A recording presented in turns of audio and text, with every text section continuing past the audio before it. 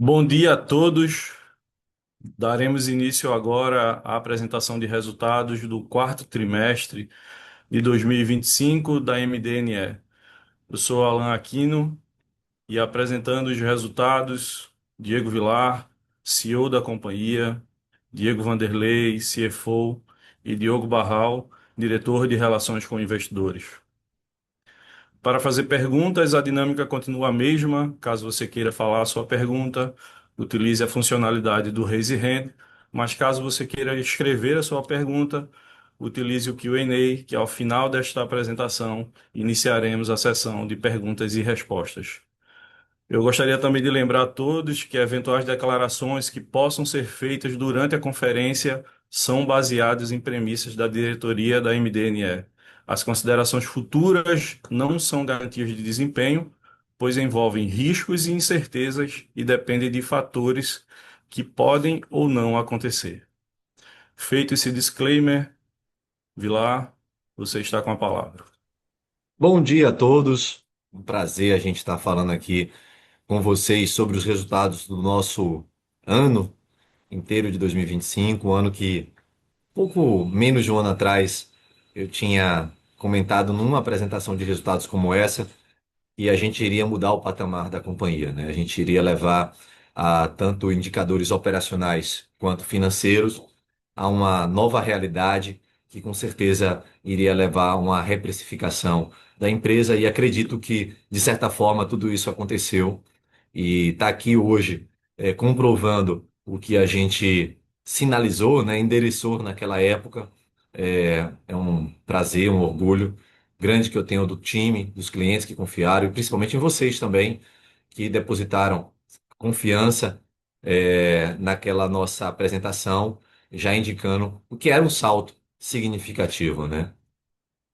Sem muitas delongas, vamos direto aos números, que é o que importa. Eu pedi para o nosso time de RI fazer um slide, resumo, do que nós realizamos nos últimos 5 anos enquanto Moura do B, em termos de indicadores, tanto operacionais quanto financeiros, e aí falar um pouco sobre cada um deles, né? Então, vou começar aqui por lançamentos. Primeiro a sequência de barras, na parte superior esquerda, onde a gente leva a empresa em 2021, pouco mais de R$ 1 bilhão de lançamento ano, para quase 4 bilhões e 600 milhões, um crescimento médio, né, de 43% por ano. Se a gente só olhar o ano de 24 versus 25, a gente quase dobra. É que óbvio, né? Tem várias explicações para isso. O primeiro é a partir do momento que a gente se sentiu confortável em termos de execução operacional, em dar esse salto de crescimento. Além disso, a estrutura de capital, a gente já vinha desde 2024 com um pagamento recorrente de dividendos, então a gente se sente confortável a seguir. A gente já vinha sinalizando que o mercado tinha espaço para a Moura do B expandir, né? O VSO da gente sempre foi muito forte quando comparado com as outras empresas do médio e alto padrão. E aí, com isso, a gente entendeu que nós éramos capazes, aliás, somos capazes de poder agora sim operar bem, entregando bons resultados com esse novo patamar, né? Então, apresentamos os projetos, reagiram em vendas, que já migrando para um pouco mais à direita, as vendas líquidas alcançam um patamar um pouco maior do que 3,5 bilhões, né? Um crescimento médio anual de 28% em vendas. É óbvio, né? Quem acompanha bem o mercado imobiliário como vocês, sabe que os lançamentos não acontecem no day 1, no dia 1, né, de cada ano, eles acontecem ao longo do ano, conforme suas aprovações, seus desenvolvimentos, sua estratégia de comercialização. E aí, com isso, a gente ainda não atingiu o patamar de vender e lançar no ano, porque a gente não está no seu estabilizado, né? Então, prova disso, que à direita, o nosso VSO sempre muito forte, né? Fechamos o ano com praticamente 52% de VSO, uma leve queda em relação ao ano de 24, mas praticamente irrelevante, pouco mais de 2 pontos percentuais. Isso também reflete, né, o time dos lançamentos, né? A gente fez lançamentos robustos já no finalzinho do ano, o que leva a gente já a começar bem, né? O primeiro trimestre de 2026, aqui já dando até uma cor para vocês. A gente já fez nesse momento o primeiro tri do ano passado, então a gente está caminhando para superar ele, mirando mais E tem que superar mesmo, porque mudamos de patamar, então a gente tem que estar mais próximo dos últimos trimestres, né, do que em relação ao primeiro tri de 25. Então o VSO segue forte, segue nessa mesma toada, não tem no curto prazo nada que sinalize a gente que mude essa nossa intenção de seguir lançando e seguir vendendo nos patamares que vocês estão vendo para o ano 2025 ou mais até. O estoque da empresa, no que pese que ele cresceu nominalmente, atingiu a marca de quase 3 bilhões e meio, ele é muito saudável, né? Ele, hoje, diante da velocidade de venda atual, ele performa 10 meses, é o segundo menor patamar dessa série histórica que está aqui na tela, né? Só perde para 2021, onde o estoque era muito menor, o tamanho da empresa era outro, mostrando o quanto saudável. E eu acho que o indicador mais saudável ainda é o quanto está pronto, né? O que é irrelevante diante do todo. É um estoque ainda muito novo, ainda em desenvolvimento. Aliás, uma coisa que é muito importante, que eu gosto de dar aqui para vocês detalhes, é que se a gente transformasse todas as obras em andamento da Moro do B, elas estariam um pouco mais de 50% prontas. Ou seja, o avanço físico da obra estaria na casa hoje dos 53%.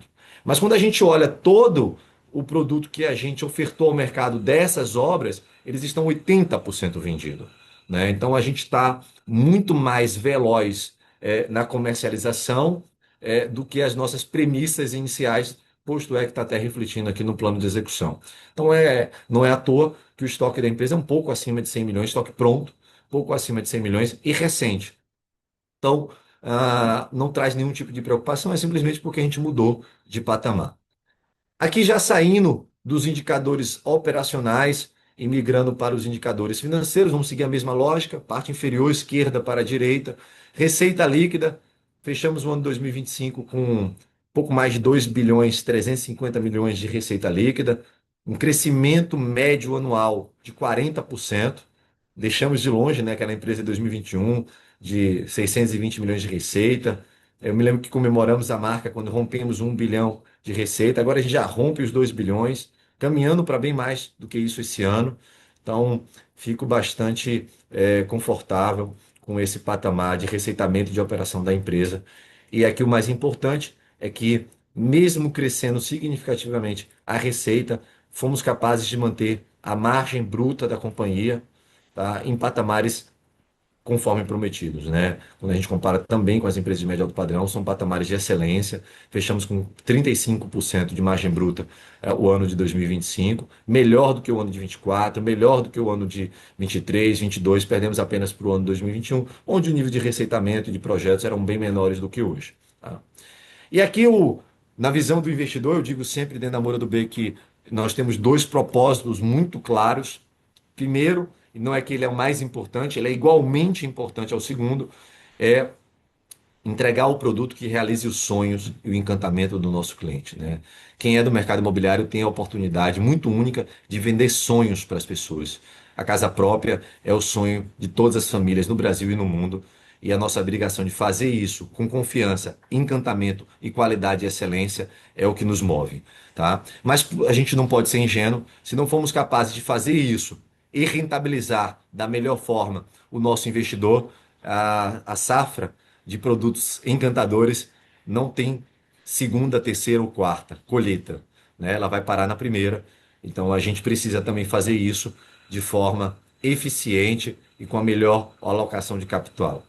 Para fazer isso é uma engenharia robusta, é uma capacidade de compra de terreno, assertividade no produto para que você possa precificar melhor, trazer maior demanda e aí com a escassez você conseguir margens melhores, deixando ganha-ganha para os dois lados, também para o cliente. É importante que o produto se valorize ao longo da execução, né? Isso, uma marca forte permite você fazer isso.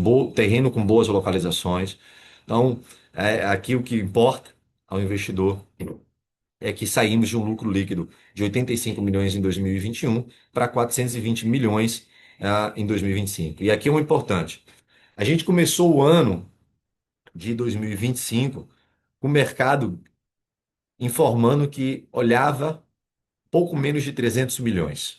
Acho que o número exato talvez tenha sido 280, 270 para 25. E aí, numa conferência como essa, eu acredito até que foi a do primeiro tri do ano passado, eu comentei aqui que o mercado estava errado. a gente estava guiando a empresa para pelo menos 350 milhões de reais. Esse foi o número que eu dei para vocês. E aí depois a gente deu uma outra renovada mais para o final do ano, falamos, olha, está mais próximo dos 400, 350 era piso, e aí fechamos com 420, né? Fizemos recentemente um follow que guiamos, inclusive, para outro patamar de lucratividade, mas o mais importante é que a média de crescimento de lucro no ano foi na casa dos 50%. E aí aqui naturalmente se traduz no que é importante, onde a gente é competitivo, onde a gente ajuda o capital a fluir para que a gente continue esse ciclo de propósito de produto imobiliário, é a rentabilidade média do nosso patrimônio, atingiu a marca de 27,5%.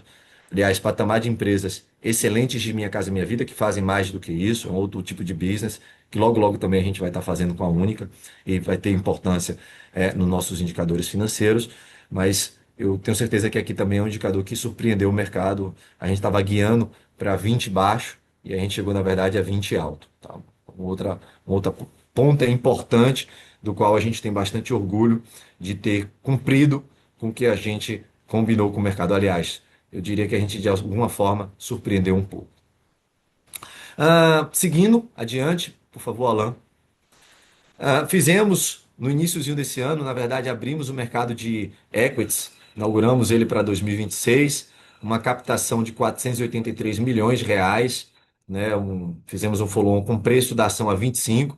Acho que todos os investidores ou acionistas que exerceram a sua prioritária e passaram a ser nossos novos acionistas devem estar muito felizes, né? Compraram um papel a 25 reais, ontem fechou a um pouco mais que 32. Então, um ganho expressivo na sua rentabilidade. Essa confiança nessa valorização e no preço da ação se refletiu na demanda, foi demanda recorde de todos os dias recentes feitos. Né? A gente teve o livro oversubscribed mais de 6 vezes, tanto na base quanto no Horist. Se fosse só a base, muito mais do que 10 vezes, tá? E tivemos o prazer, né, e o privilégio de poder trazer bons nomes, né, fundos que nos orgulham muito em depositar confiança na Moura do B, né? Então, quase 90% é de long onlys, apenas 13%, por desejo nosso, inclusive, que ajuda na liquidez diária, foi de hedge funds. A geografia do fundo também por uma composição, até eu diria por uma certa pressão do próprio fundo ligando para mim, para Barral, pedindo alocação, foi de 63% de nacional, 37% de estrangeiros, estrangeiros nomes ultra qualidade, no nacional também, tá?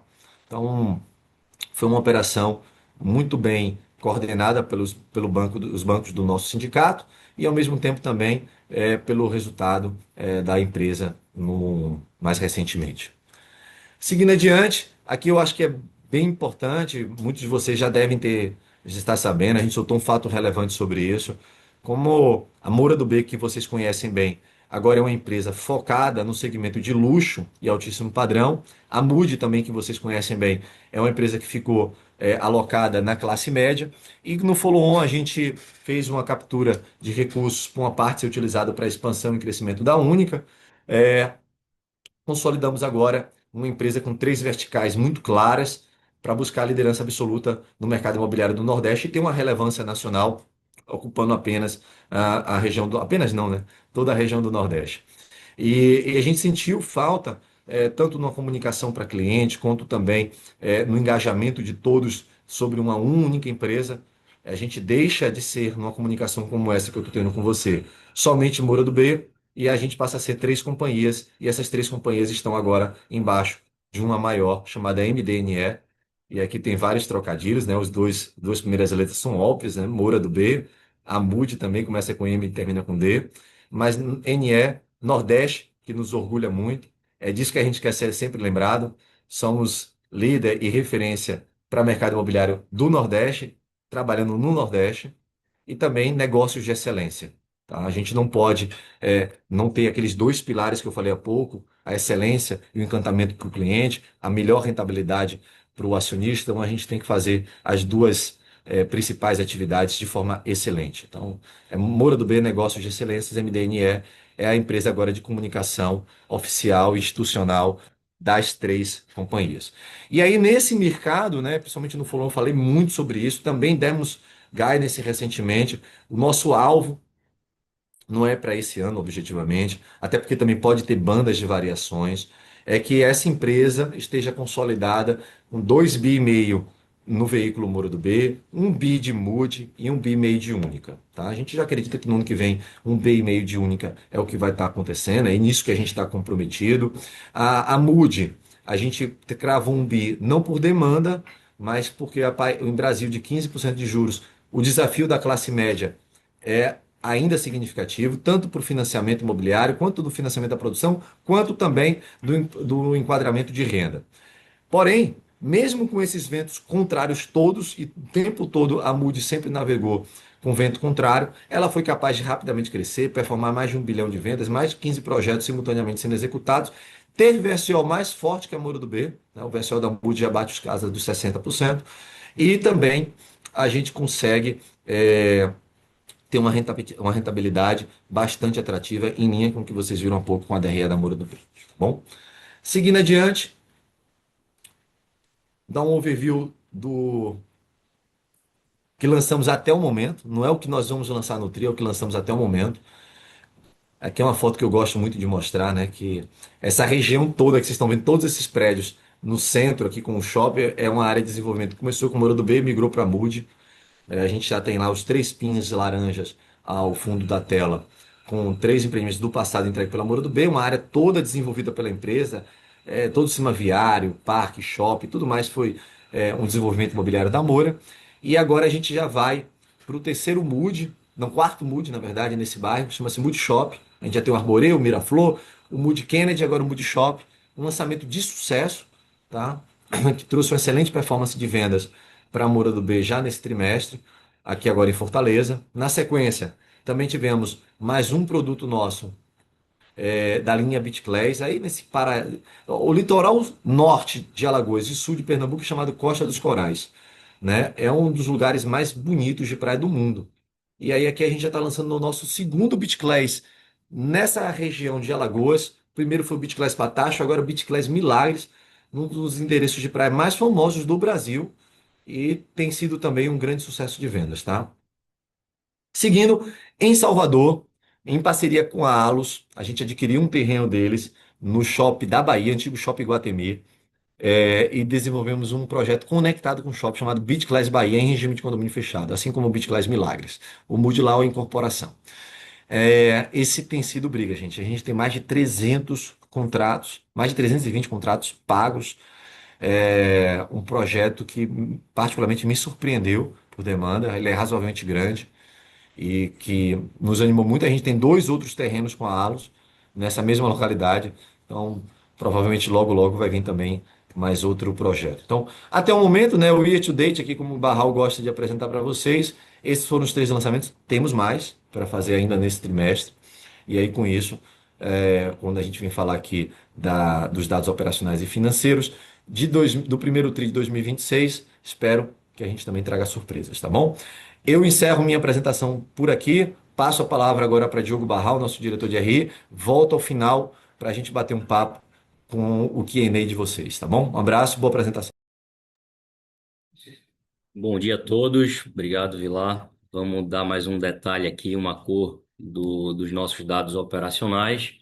Iniciando com os lançamentos, a companhia no quarto TRI acumulou 990 milhões, a gente cresceu 115% em relação ao mesmo período de 2024 e apresentamos uma redução de 26,2% em relação ao terceiro TRI, um TRI em que a companhia teve um lançamento ali, um volume mais robusto de lançamentos já programado, já previsto no modelo de condomínio. Quando a gente passa para a visão anual, a gente lançou 3,7 bi em condomínio, 900 milhões em incorporação, que basicamente foram projetos da nossa linha de média renda, a MUD, e acumulamos 4,6 bi no ano, um crescimento ali bem relevante, 80, quase 81% em relação ao ano de 2024. Passando para as vendas, a mesma visão aqui, o detalhe tri a tri.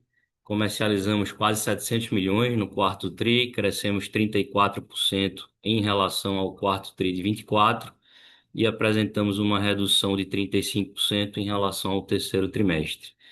Já na visão anual, alcançamos a marca ali dos 3,5 bi comercializados, crescemos 51% em relação ao ano de 2024. E no lado direito aqui da tela, mais alguns indicadores importantes e relevantes operacionais. A gente fala de distrato e VSO. Sobre os distratos, eles representaram 8% da nossa venda bruta. E aí, quando a gente elimina da conta a migração e a mudança de titularidade, esse número passa a representar apenas 2% da nossa venda bruta. E aqui o melhor indicador da história da companhia, né? Um índice bem saudável, em linha aí com o que a gente vai falar para frente com relação à velocidade de venda também. VSO, a trajetória a gente já comentou no início da apresentação. A companhia apresentou uma VSO de 52% nos últimos 12 meses e uma VSO de lançamento de 55%. Então, comercializamos 55% de tudo que foi ofertado em projeto lançado ao longo do ano de 2025. Caminhando aqui para o final, dos nossos dados operacionais, a gente traz o estoque. O Diego também já passeou bem sobre o número e eu acho que vale reforçar mais uma vez. A empresa cresceu, lançamento, mas a nossa VSO saudável reflete um estoque ali também num patamar bem interessante, 3,5 bi ao final do ano. E aí, dois pontos importantes: a gente apresenta uma redução no indicador de cobertura do estoque, saindo de 11 para 10 meses de cobertura, muito em linha, inclusive, com a região Nordeste. E aqui outro dado mais importante ainda são as nossas unidades concluídas. O estoque pronto da companhia representa apenas 4% do nosso volume total. Quando a gente olha o Land Bank, fechamos o ano com 60 terrenos, representando 11 bi em VGV potencial, dos quais 75% foram adquiridos via permuta e 25% em cash. Projetos em andamento, a gente passa pelo ano de 2025 com 61 projetos em andamento, 40 no modelo de condomínio e 21 no modelo de incorporação. Para fechar, a gente sempre traz aqui a nossa programação e previsão de entregas ao longo do próximo ciclo da companhia. Em 2025, a gente entregou 14 projetos. Para 2026, a gente tem 16 projetos para serem concluídos, 11 no modelo de incorporação, desculpa, 11 no modelo de condomínio e 5 no modelo de incorporação.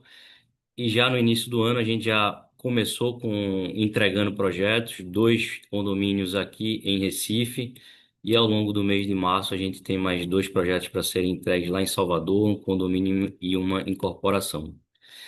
Eu passo para Vanderlei, ele vai agora mostrar o reflexo desse bom operacional nos nossos indicadores financeiros. Bom dia, pessoal. Obrigado, Barral. Começando aqui os destaques financeiros pela receita líquida, a gente fechou o quarto TRI com 705 milhões de receita, pouco mais de 90% acima do que foi o quarto TRI de 2024 e cerca de 28% acima do terceiro TRI de 2025. No ano a gente acumulou 2.300 de receita aproximadamente em 25, 50% maior do que foi o ano de 2024. Tanto receitas de incorporação quanto receita de condomínio cresceram aqui de forma importante. Um destaque aqui para a receita do condomínio, que cresceu quase que dobrou, mais do que dobrou aqui o seu número, dado naturalmente ao volume de lançamentos que foram feitos no período. É natural que esse crescimento venha. A gente também tem uma parte do receitamento do condomínio que é diferido ao longo da execução do projeto, principalmente as taxas de administração. E a gente vê que nesse patamar de operação que a gente está rodando de entre 4 e 5 bi, a gente ainda está com um receitamento que tem um volume grande a crescer. Aqui para um patamar de empresa de 5 bi, é de se esperar que a gente rode 4 bi baixo aí de receita, dado a dinâmica da receita do condomínio. E a gente ainda tem, né, um volume grande de resultado aqui para trazer nos próximos anos. E aí, seguindo para lucro bruto, a gente fechou o quarto TRI com 237 milhões, aqui muito em linha com o que foi o terceiro TRI de 2025, porém 90% acima do que foi o quarto TRI de 2024. O detalhe da margem aqui, que a gente fechou o TRI com 33,7, muito em linha com o que foi o quarto TRI do ano de 2024, porém abaixo aqui do que foi a margem do terceiro tri de 25. A gente sempre relembra a volatilidade que tem a margem do condomínio, que é oriundo de como a gente compra o terreno, né, dos terrenos que a gente reconheceu no trimestre.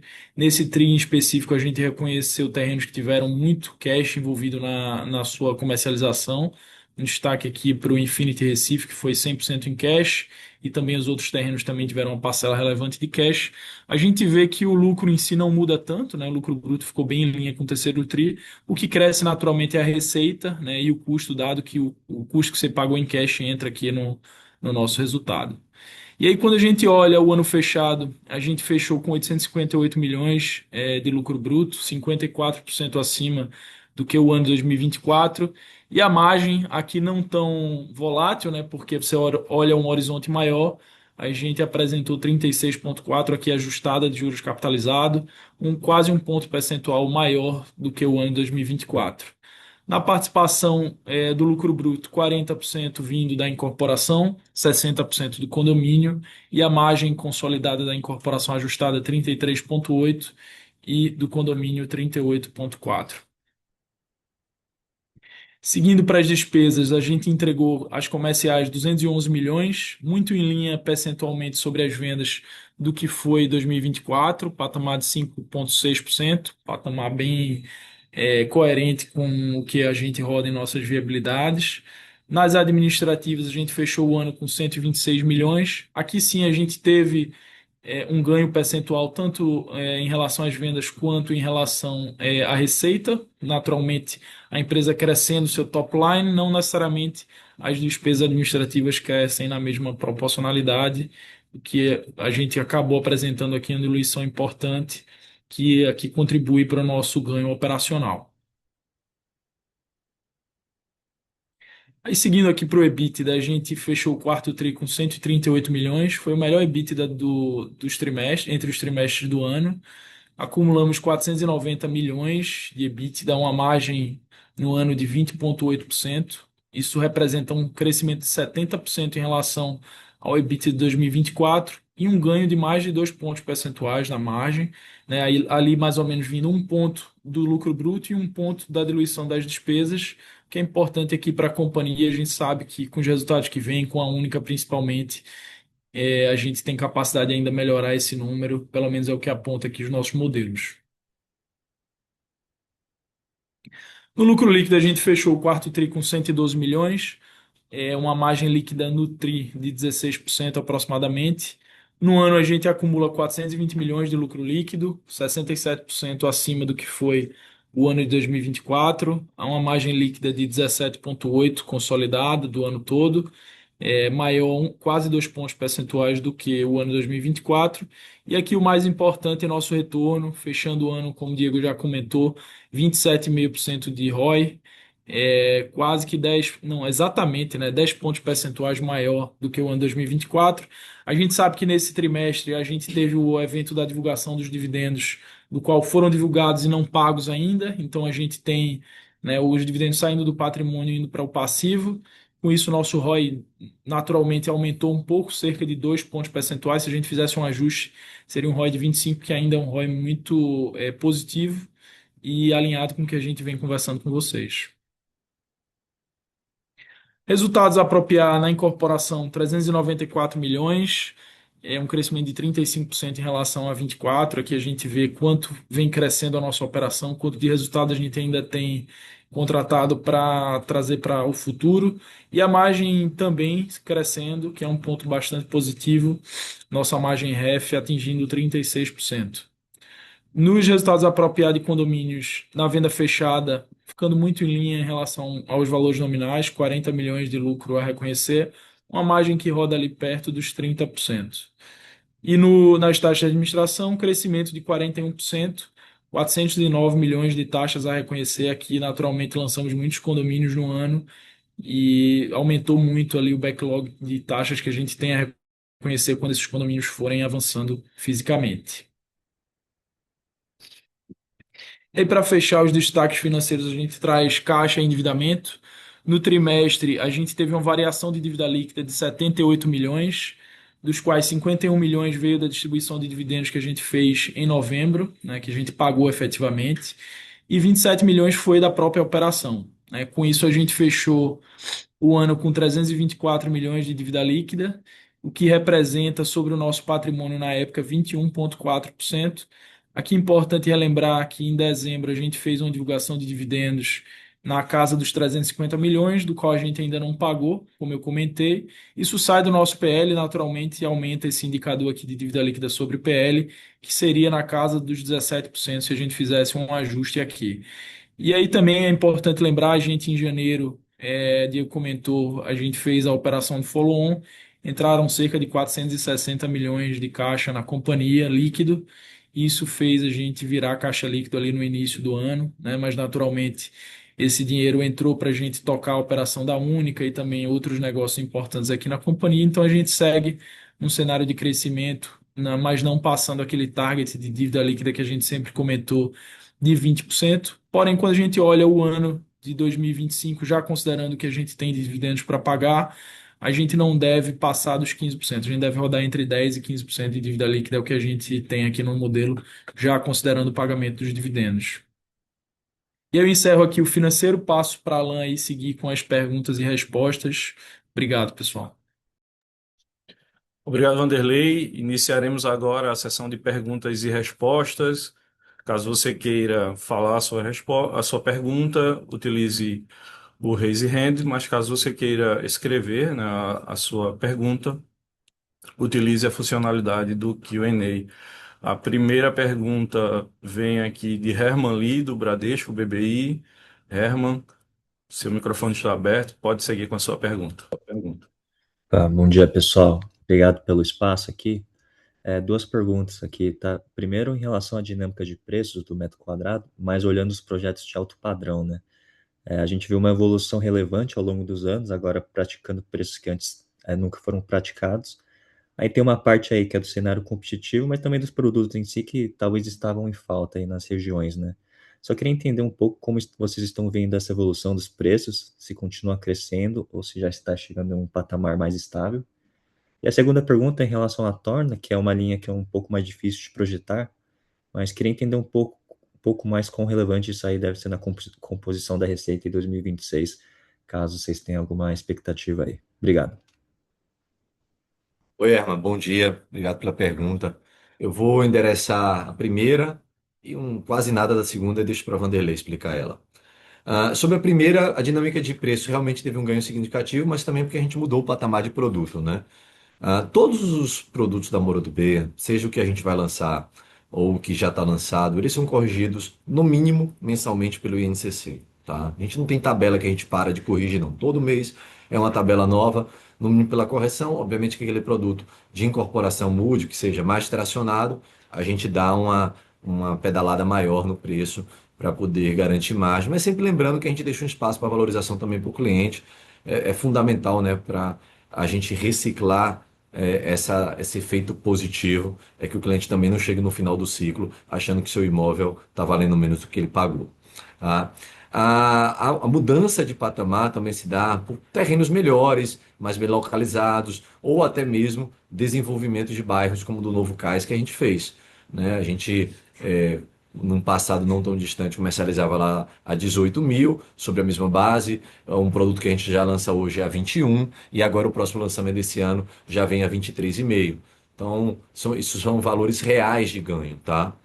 Então, a gente não viu ainda um arrefecimento no crescimento do preço nem na demanda, tal qual acho que viram em São Paulo para preço, não sei como é que está exatamente a demanda. É, mas também um dos motivos é porque a escalada de preço na nossa região não foi nem de perto parecido com o que aconteceu em São Paulo, né? Então, eu diria que foi de forma mais sustentável o crescimento do preço. No outro ponto, a Torna tem muita relevância, sim, no nosso balanço, principalmente por conta do tamanho do mix, do condomínio fechado. Em 2026 deverá se repetir nessa mesma forma. Agora, óbvio que daí para frente, como eu tinha dito ali, né, o condomínio, eu tendo projetar a empresa com um nível de condomínio um pouco menor, porque eu acho arriscado imaginar que daqui para frente a gente vai fazer o que fez de condomínio em 24, 25 e vai fazer em 26, tá? Mas aí é por conservadorismo. É óbvio que tiver mercado para isso, a gente vai expandir mais. Mas lembra que o rebalanceamento de mix se dá para uma migração de produtos para a única. Tá? E o Vanderlei, se quiser dar uma amplitude maior de dados sobre Torna, está com você. Boa, obrigado, Herman, pela pergunta. Só complementando aqui o volume de torna representatividade, em 2025 a gente fechou mais ou menos 40% da receita bruta ali da companhia foi relativa à torna. Em 26 a gente enxerga algo muito próximo, né? O que vai naturalmente acontecer é que a receita vai crescer, né? A gente já vai falar de uma receita ali mais próxima de 3 bi, então é natural que a receita de torna para o ano de 26 também cresça, mas ficando numa mesma proporcionalidade em relação ao percentual. Porém, quando a gente olha a margem do condomínio em si, a gente vê uma margem um pouco melhor em 26 do que foi em 25, basicamente pela composição dos terrenos que a gente vai lançar esse ano, de proporcionalmente ter menos cash do que em 25. E aí, quando a gente olha para 27 e à frente, né, naturalmente vai depender muito do plano de negócio.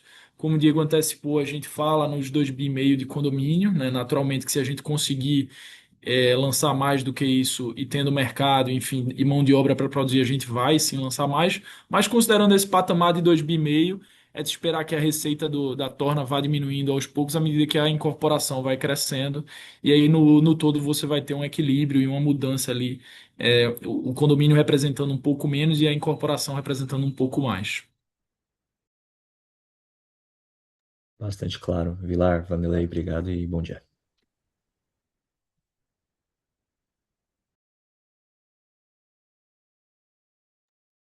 A próxima pergunta vem de Herman Lee, do Bradesco. Herman, seu microfone já está aberto, pode continuar.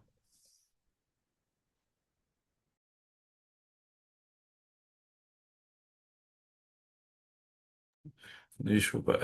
Matheus Meloni, do Santander. Opa, opa, bom dia pessoal, tudo bom? Obrigado pelo espaço aqui. Do nosso lado, algumas perguntas aqui sobre a Única, né? Então, eu queria entender um pouco como é que vocês estão vendo a VSO desses primeiros projetos, né? E como é que vocês esperam essa evolução, né, ao longo dos trimestres aí. E também entender um pouco a dinâmica de pró-soluto desses projetos, né? Tanto a questão de volume e de inadimplência. E aí também, outra também sobre a Única, assim, entendendo com essas mudanças do programa, e também a isenção do imposto de renda e tudo mais, então as condições do programa melhorando bastante aí, queria entender um pouco se vocês têm espaço e para tentar talvez antecipar mais lançamentos aí para a Única, tá? Então, do nosso lado é isso. Obrigado. Bem, Matheus, bom dia. Vou interessar aqui as suas duas partes da pergunta, tá? Primeiro, eu não tenho ainda absolutamente nada de relevante de dado para dar para você de VSO, de Prosoluto, sobre a Única, porque a gente está fazendo recolhimento de pastas e aprovação de crédito na Caixa Econômica para os dois produtos que são sob gestão da gente, tá? E que a Direcional ainda está aguardando e a gente também a aprovação do CAD para que eles possam entrar. O mesmo a gente dos dois da Direcional, que é ela que está fazendo a gestão para que a gente possa entrar. Então, é melhor a gente esperar mais uma fotografia do primeiro e do segundo tri do ano para poder te dar dados que sejam significativos, né? Falar que um produto está com 40 pastas, com 30 aprovações na caixa para via de assinatura, ainda é muito cedo, né? Tem uma semana que está se tratando o produto, não está lançado, ele está em pré-lançamento, né? A gente nem abriu o stand de vendas ainda, está abrindo na semana que vem, então é muito cedo. Acabei de fazer o volume para pegar o dinheiro para crescer a única e eu ainda estou precisando botar de pé. O plano que a gente combinou na época do Fulon está mantido, tá? Vai ser cumprido sem a menor dúvida.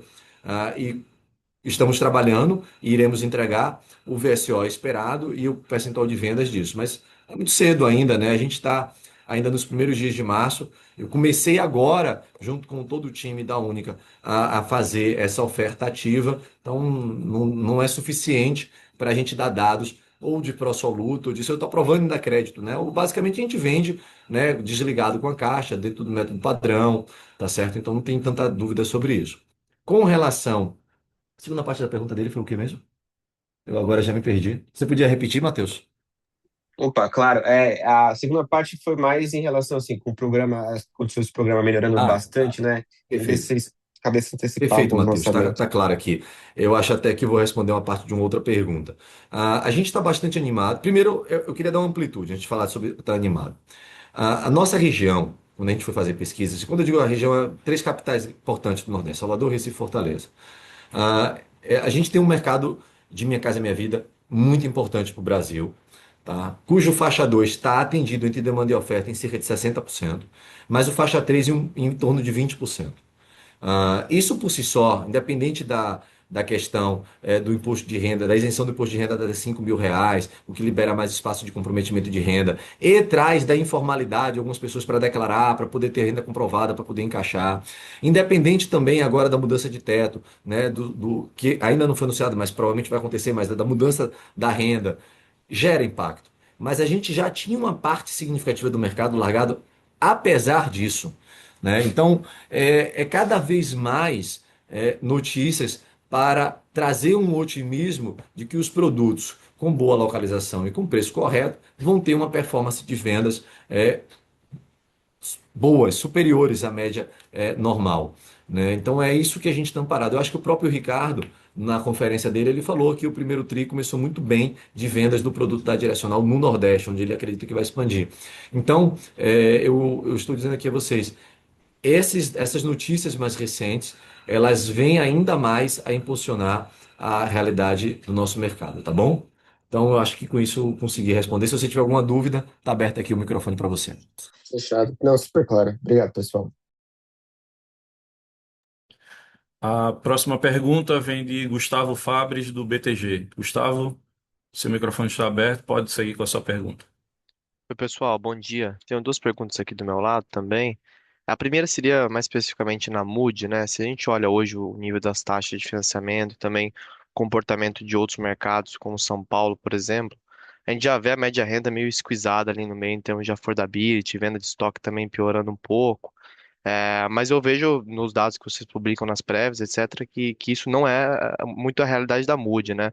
A VSO rondava aqueles 28, 29% no início do ano, nos últimos tris acabou ficando um pouquinho abaixo. Dito isso, se vocês puderem passar um pouco a visão de vocês, de como vocês enxergam hoje esse mercado da média renda na região Nordeste, que é onde vocês atuam, e o que que isso deveria significar aí em termos de expectativa de VSO para a Mood em 2026? Essa seria a primeira pergunta. E a segunda, acho que bem rápido, o Vanderlei até já chegou a endereçar, se vocês têm priorizado alguma forma de aquisição de terreno aí para o condomínio, e eu pergunto muito pela dinâmica de margem mesmo dos reconhecimentos de torna. Obrigado. Vamos lá, Matheus. Tentar não esquecer da segunda parte da pergunta, né? Que nem eu fiz. Ô, Gustavo, desculpe, que nem eu fiz há pouco com o Matheus. Até vocês me ajudem, se vocês puderem dividir elas e eu respondendo, fica melhor, porque às vezes eu dou uma resposta um pouco mais longa. Mood, né? VSO. Como eu disse, o VSO da Mood é um pouco mais forte do que o da Moura do B, é, cerca de 60%. O que eu tenho para explicar sobre o desempenho da Moody é um pouco também do que eu disse. Ela navegou só com vento contra. E o motivo do sucesso dela está ancorado em dois pilares. O primeiro é a baixa concorrência, o que gera naturalmente a baixa oferta. A segunda é uma estratégia de uma empresa que tem uma marca consolidada de alto padrão, que em alguns lugares até é objeto de desejo, como em Recife, navegando com um segmento um pouco mais abaixo, há uma associação de marcas e acaba gerando tração. É óbvio aqui que o oceano de demanda, a maré sobe, a maré desce, mas ela nunca seca. Então, por mais que a classe média esteja esquisada, foi a palavra que você usou, ela não foi a zero. E essa demanda, mesmo que menor do que o natural, pelo impacto da taxa de juros e num passado muito recente, da inflação, sem o acompanhamento da renda, havendo um comprometimento muito maior e um endividamento maior da família nesse segmento de renda, ele foi tão pouco ofertado de produto que ainda existe uma demanda forte nesse segmento. E aí é que eu respondo a sua pergunta, é de se imaginar naquele guidance de 1 bilhão de MUD por ano, se os juros cair para próximo de 10%, ou quiçá, num sonho não tão distante, a um dígito, 9 alto, 9 baixo, Imagina o tanto de demanda reprimida que vai enquadrar a renda para o segmento da Mood, né? Então é isso que a gente mira no longo prazo. Pode vir no longo prazo alguma boa novidade sobre ela, e aí com isso a gente possa surpreender de certa forma, né? A segunda pergunta envolveu o condomínio, especificamente era o quê, Vanderlei, que ele testou você? Forma de aquisição. Ah, a aquisição de terreno na Moro do B, ela majoritariamente é através de permuta. Porém, tem surgido oportunidades sob condições que não cabem à permuta, seja porque a gente está adquirindo um terreno numa recuperação judicial, seja porque foi um ativo tomado por um banco, seja como aconteceu com o Otom, como aconteceu com o Novo Cais, seja por um hotel na Avenida Boa Viagem, que era de um grupo hoteleiro, que investidores, que tinha uma operação de crédito com um determinado banco, da qual também envolveu dinheiro. Então, aí, mais recentemente, alguns bons projetos de margem alta foram adquiridos com dinheiro parcelado, tá? Se fosse tudo no curto prazo, a queima de caixa da Muro seria muito mais alta, a gente não teria feito, e aí a nossa área de prospecção e desenvolvimento imobiliário foi capaz de conseguir encaixar dentro da nossa política de baixa alavancagem e fazer o próprio negócio tentar se pagar. Quando eu olho para frente, eu diria que daqui para frente vai ser um mix desse tipo de situação e de permuta, tá? O objetivo aqui de fato é sempre a permuta física. No condomínio não funciona a permuta financeira, né? Ou é compra parcelado, ou de fato a permuta física. Na MUD não.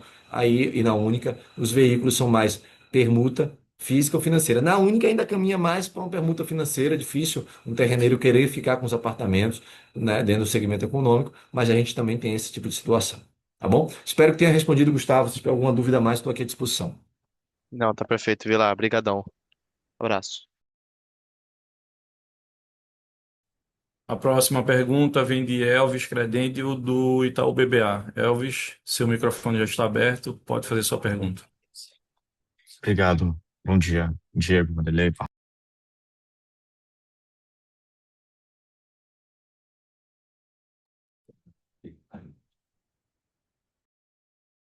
Elvis, pode fazer sua pergunta. Oi, estão me ouvindo agora? Sim. Bom dia aí, pessoal. Dois tópicos aqui do nosso lado. O primeiro sobre os possíveis impactos aí, né, do fim da escala 6 por 1, entender que se vocês já olharam para dentro e o que vocês enxergam aí de possíveis impactos e como que isso daí pode, de repente, repercutir, né, na rentabilidade dos projetos da companhia. E o segundo item, falar um pouco sobre como tem sido as vendas aí dos projetos de condomínio, né? A gente entende, aí, vocês até colocaram na apresentação, estão diminuindo, o tamanho desse business, né, pela frente, mas ele ainda é bem relevante, né, esse ano. Então, entender como que está indo a performance de vendas, se vocês estão seguros com um pipe que está pré-estipulado. É isso, obrigado. Elvis, bom dia. Obrigado pela pergunta. Fugi um pouco aqui da linha que vinha. A revisão da escala 6 por 1. O mercado imobiliário, como um todo, ele trabalha já com outra escala. Ele trabalha a escala 5 por 2.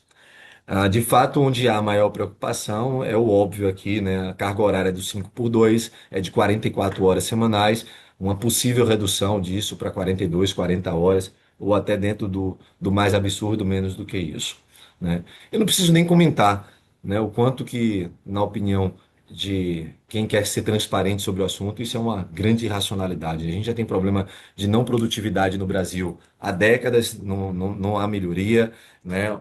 Um excesso de subsídio social que leva a essa informalidade. Hoje a gente já tem mais gente no mercado ativo econômico na informalidade do que na carteira assinada. Daqui a pouco a CLT vai acabar sendo não desejado mais pelo trabalhador por conta da combinação dos dois efeitos anteriores.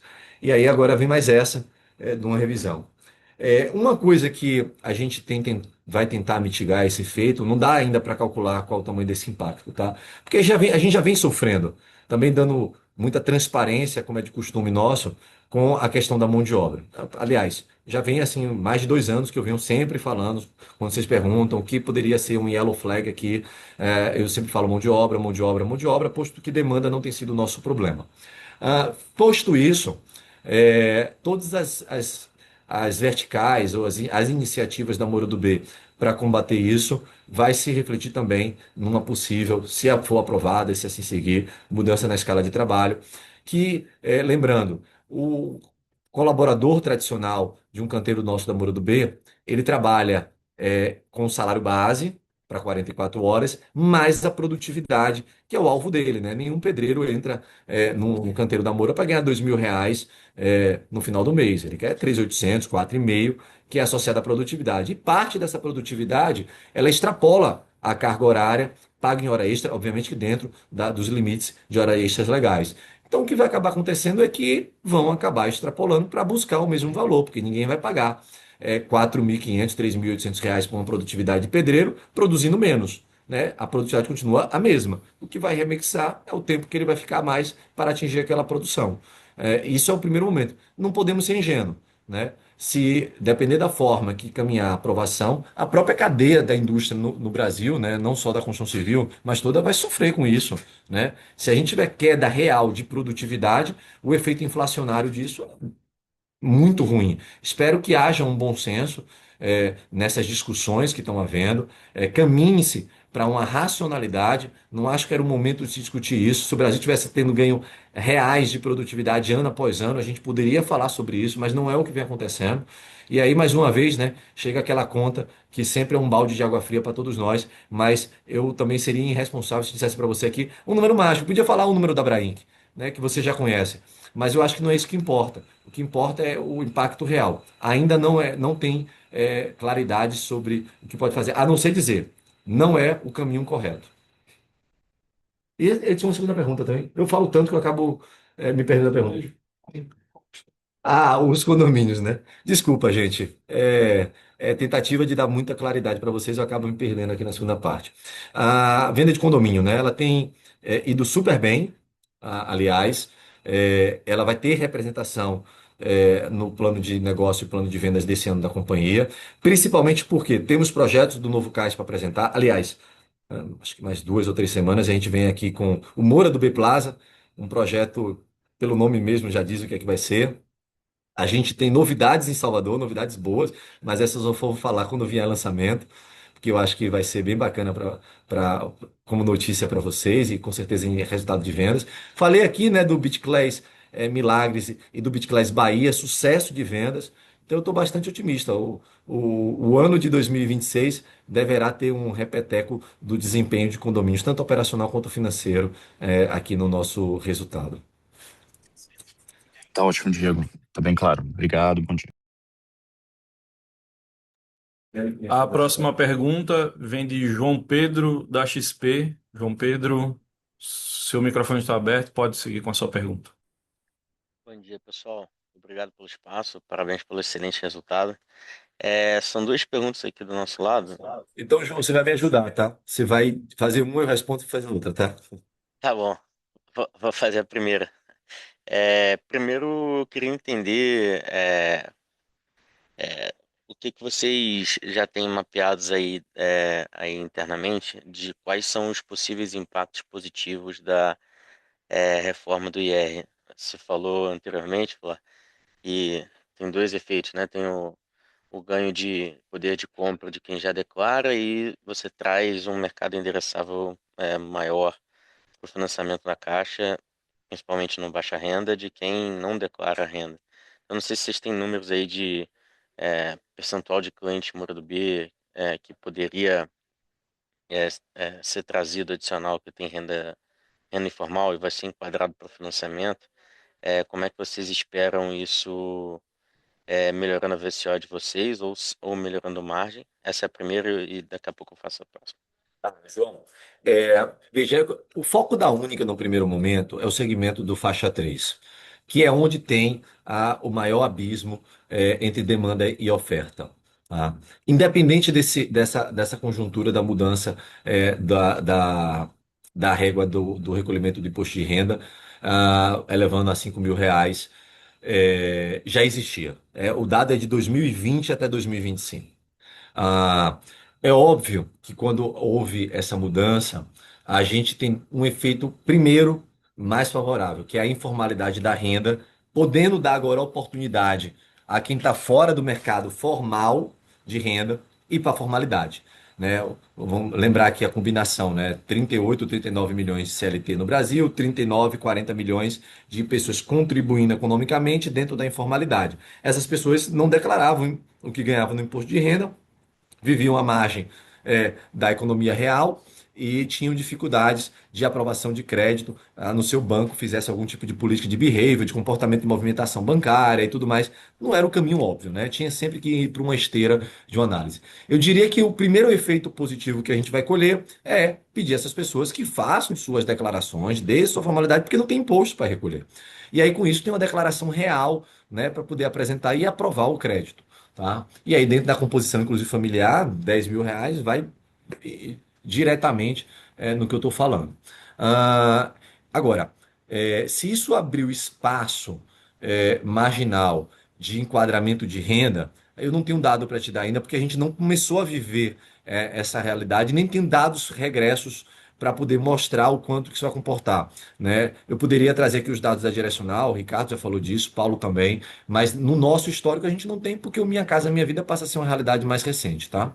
Então, essa primeira parte eu acho que endereço dessa forma. A segunda, João. Beleza. Obrigado. E a segunda era com parceria com a Direcional e o ganho de share versus o todo do segmento de baixa renda. Eu queria entender como é que vocês imaginam que a margem bruta consolidada de vocês deva se comportar mais próximo de uma perpetuidade desse crescimento na baixa renda, se vocês esperam melhorias, manutenção ou um pouco de mudança nessa margem bruta consolidada ao longo do tempo. Obrigado. Perfeito, João. A gente. Vanderlei, quer falar sobre isso? Melhor. Deixa eu tomar uma água. Boa, João, obrigado pela pergunta. As margens de viabilidade da gente, da Única, elas rodam acima da margem que a gente vem apresentando na incorporação, tá? E acima também da margem de viabilidade da Mood. A gente já comentou isso em algumas interações com o mercado, a gente vê viabilidade rodando 36, 37% de margem bruta, o que é acima, né, da margem da Mood, que roda mais próximo aos 33%, e acima do que o que a gente vem apresentando. Então, é natural que à medida que a Mood vai participando mais do nosso resultado, essa margem da incorporação vai subindo. Isso não deve acontecer nesse ano de 2026. O impacto em receita da Única esse ano é muito pequeno ainda. A gente espera lançar entre 400 e 500 milhões. E aí você ainda tem o avanço do POC, enfim, o quanto que você vai vender desse VGV que você vai lançar, então o impacto em resultado é muito marginal ainda em 26, 25, em 26. E aí, naturalmente, a partir de 27, a Única vem contribuindo, a margem da incorporação deve subir, deve para convergir para algo perto dos 33, 34%. E aí, à medida que isso começa a rodar num patamar mais estabilizado, essa margem deve continuar subindo até chegar num proporcional entre Moody e Única. Obrigado, pessoal. Bem, temos uma pergunta aqui de Melissa Rocha. Ela fala sobre no quarto trimestre, vocês apresentaram um grande volume de vendas de estoque. Isso é um efeito sazonal recorrente dos últimos tris de cada ano ou adotam estratégias de vendas específicas para diminuir o estoque? Se sim, quais? Alan, eu vou endereçar dela e eu acho que desse Daniel Mora, né? O Daniel Mora aqui.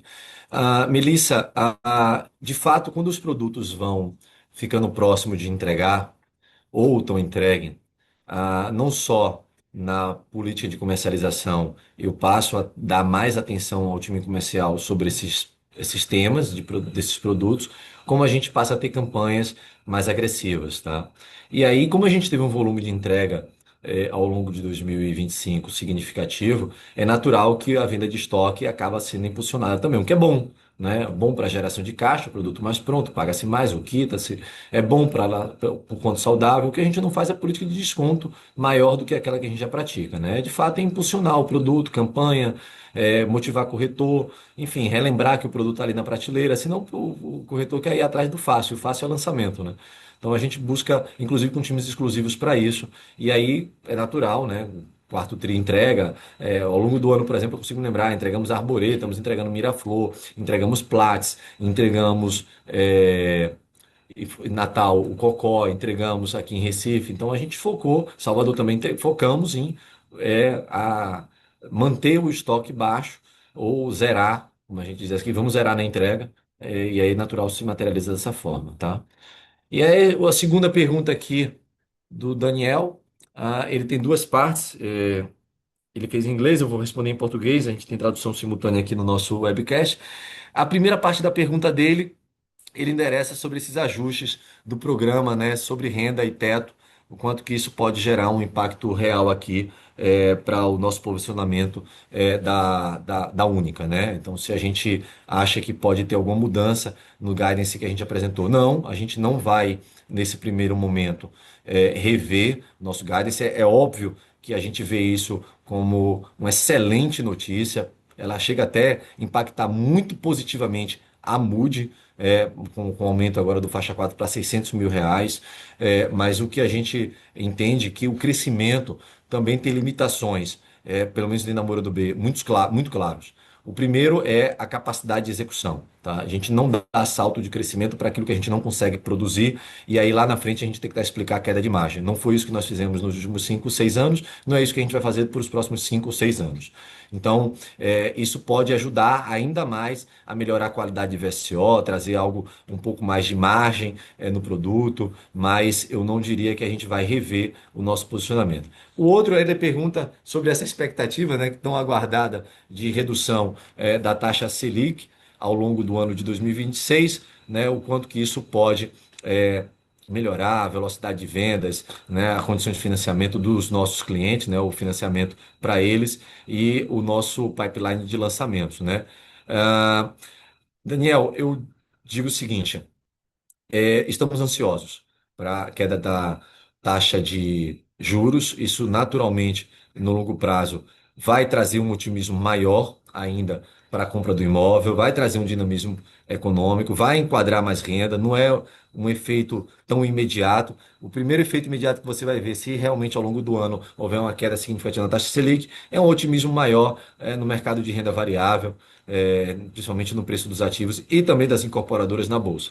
Para efeito de economia real, os especialistas, né, quem entende bastante, fala que leva cerca de 18 meses para a gente poder ver um efeito, né, de maior demanda, maior aprovação de crédito, enfim, a mudança da máquina toda girando para gerar na economia real, esse é o prazo esperado. Então, eu espero que sim, que é essa redução. O Brasil vive um juros real incompatível com a realidade econômica do país, mesmo com a questão do descontrole fiscal do atual governo, ainda assim é incompatível, né? A gente está com a inflação baixa e persistentemente baixa há um bom tempo, né? Então, eu acho que isso abre o horizonte mais positivo para aquele plano que a gente já apresentou a vocês, né, de estabilizar a empresa em 5 bilhões, em uma rentabilidade que caminhe para mais de 800 milhões de lucro líquido, a redução da taxa de juros para um país que cresceu, né? Se você pegar aí os últimos 15 anos, nós tivemos 3 ou 4 momentos de não crescimento. Então, a dinâmica da economia brasileira é outra atualmente, e aí se isso se reduzir, né, apesar que crescemos com juros altos, imagina o que a gente não pode fazer se houver essa redução, tá bom? Não temos mais perguntas. Vilá, segue com você fazer as considerações finais. Obrigado, Alan. Obrigado, Diogo e Diego, por terem dividido aqui essa apresentação de resultados. Queria agradecer a vocês todos que participaram, não só por estar aqui conosco há bastante tempo, as perguntas, mas também, que é o mais importante, é por confiar na empresa, tá? A gente sabe claramente do nível de responsabilidade que a gente assume, principalmente quando vocês renovam essa confiança no follow-on, como no que eu expliquei no início dessa apresentação. Sabemos do nível de nossa responsabilidade, estamos comprometidos até o último célula do nosso corpo em cumprir com o combinado, não só para esse ano, mas para o próximo ciclo da empresa, tá? Os dados operacionais ainda refletem um cenário positivo, otimista. Espero que continue assim ao longo do ano. Estamos bastante confiantes que o país vai apresentar crescimento ainda esse ano. O Nordeste, quando o Brasil cresce, cresce mais do que o Brasil. A gente confia muito na nossa região e espero que a gente continue surpreendendo nossos clientes com bons produtos e espero também que daqui a um ano a gente surpreenda vocês em resultado. É para isso que a gente trabalha duro, para isso que o time está cada dia mais engajado, envolvido e comprometido.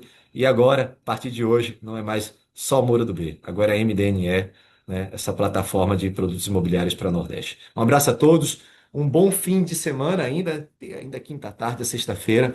Vamos correr aqui do nosso lado, que a gente ainda tem um tri para fechar. Um abraço a todos.